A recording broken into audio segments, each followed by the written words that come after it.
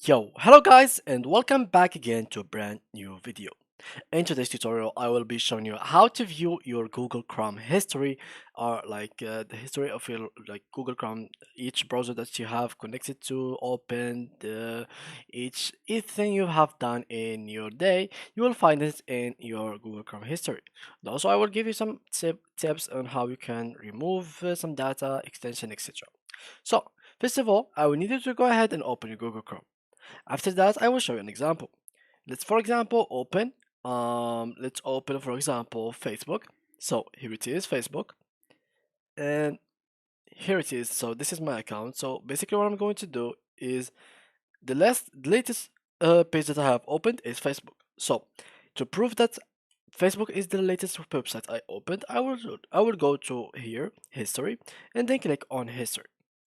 After that, you will find all the kind of actual website that you have opened. So, for example, here is Facebook, and here's the other websites. Basically, if you wanted to remove them, you can just click here and then click on delete.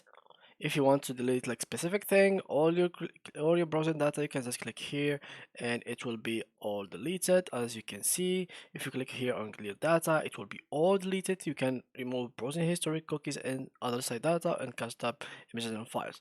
Of course, you can choose specific times. For example, here last hour, last 24 hours, last 7 days, and last 4 weeks. To see more details about cookies that you have, you can just go here and check it. The same thing goes for any other kind of your history, data, and etc. So yeah, that's pretty much it. Yeah, guys. So in case you wanted to go to your history, you just have to go to these 3 points, which is in the right, left, on the right top corner, and then go to history. And here you are. Now you can see your journeys and your lists. So yeah, guys, that was it for today's video. If you enjoyed, please leave a like and thank you for watching.